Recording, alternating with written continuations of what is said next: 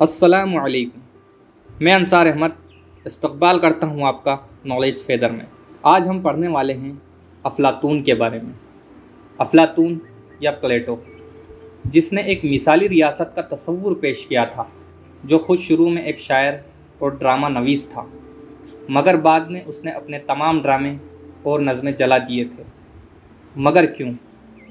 آئیے جانتے ہیں اس ویڈیو میں کہ اس نے ایسا کیوں کیا اور کیا تھی اس کی مثالی ریاست۔ افلاطون 427 قبل مسیح میں یونان کے شہر ایتھنز میں پیدا ہوا۔ وہ ایک معزز اور امیر خاندان سے تعلق رکھتا تھا۔ افلاطون کو ابتدا ہی سے فلسفہ، سیاست اور علم کا شوق تھا۔ پلیٹو، تم میں غیر معمولی ذہانت ہے، مگر یاد رکھو علم اور حکمت کا راستہ طویل اور پرپیچ ہے۔ میں سچائی کی تلاش میں ہوں استاد۔ مجھے یقین ہے کہ علم ہی انسان کو بہتر بنا سکتا ہے۔ افلاطون کی زندگی میں ایک اہم موڑ تب آیا جب وہ عظیم فلسفی سقراط سے ملا۔ سقراط نے اس کی سوچ کو ایک نئی سمت دی۔ ہماری حقیقت وہ نہیں جو آنکھوں سے نظر آئے، بلکہ وہ ہے جو ہمارے خیالات میں پوشیدہ ہے۔ تمہارے خیال میں حقیقت کیا ہے نوجوان؟ حقیقت شاید وہ سچائی ہے جسے ہم جاننے کی کوشش کرتے ہیں، مگر اسے پوری طرح سمجھ نہیں پاتے۔ بالکل، اور اسی سچائی کی تلاش میں تمہیں اپنے اندر جھانکنا ہوگا۔ 399 قبل مسیح، جب سقراط کو سیاست مخالف سرگرمیوں کا الزام لگا کر موت کی سزا دی گئی، یہ واقعہ افلاطون پر گہرے اثرات چھوڑ گیا اور اس نے فلسفے کے ذریعے سقراط کی تعلیمات کو آگے بڑھانے کا عزم کیا۔ سقراط کی موت ناانصافی تھی، لیکن میں ان کے خیالات کو کبھی مرنے نہیں دوں گا۔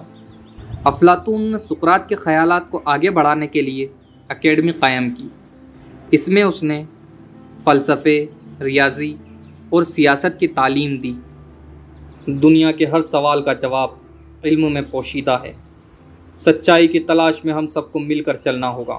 یہ دنیا ہمیں سچائی کی طرف رہنمائی کرتی ہے، لیکن ہمیں ہمیشہ یاد رکھنا چاہیے کہ جو ہم دیکھتے ہیں وہ محض ایک نقل ہے اور اصل حقیقت خیالات کی دنیا میں ہے۔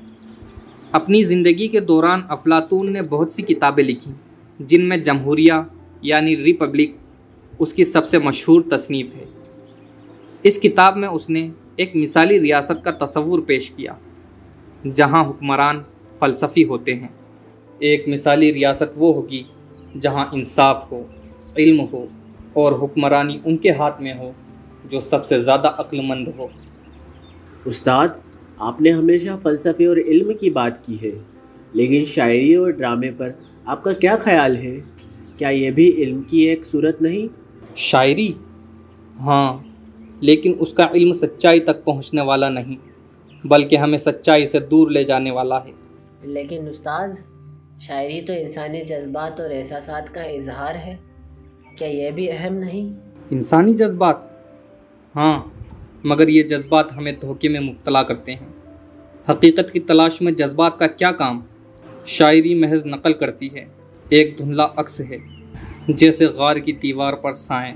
اور جہاں تک ڈرامے کا سوال ہے، ڈرامے کے زیادہ تر کردار بزدل، بدمعاش اور مجرم ہوتے ہیں۔ ڈرامہ نگار ڈرامہ لکھتے وقت اپنے آپ کو ان کرداروں میں جذب کر دیتا ہے، اور جب ڈرامہ پیش کیا جاتا ہے تو دیکھنے والوں کا بھی یہی حال ہوتا ہے۔ دیکھو انہیں، یہ لوگ سچائی کو نہیں دیکھ رہے، صرف سائیں دیکھ رہے ہیں، نقل دیکھ رہے ہیں۔ یہی شاعری کرتی ہے، ہمیں خیالی دنیا میں لے جاتی ہے اور حقیقت کی روشنی سے دور کر دیتی ہے۔ پلیٹو، یاد رکھو، سچائی وہ نہیں جو دنیا ہمیں دکھلاتی ہے، بلکہ وہ ہے جو ہم اپنی عقل سے دریافت کرتے ہیں۔ سچائی کی تلاش میں ہمیں خیالات کے اندھیروں سے باہر نکلنا ہوگا۔ شاعری اور ڈرامہ ہمیں ان سایوں میں الجھا دیتے ہیں جیسے غار کے قیدی۔ استاد، آپ کہہ رہے ہیں کہ مثالی ریاست میں شاعروں کی جگہ نہیں ہوگی؟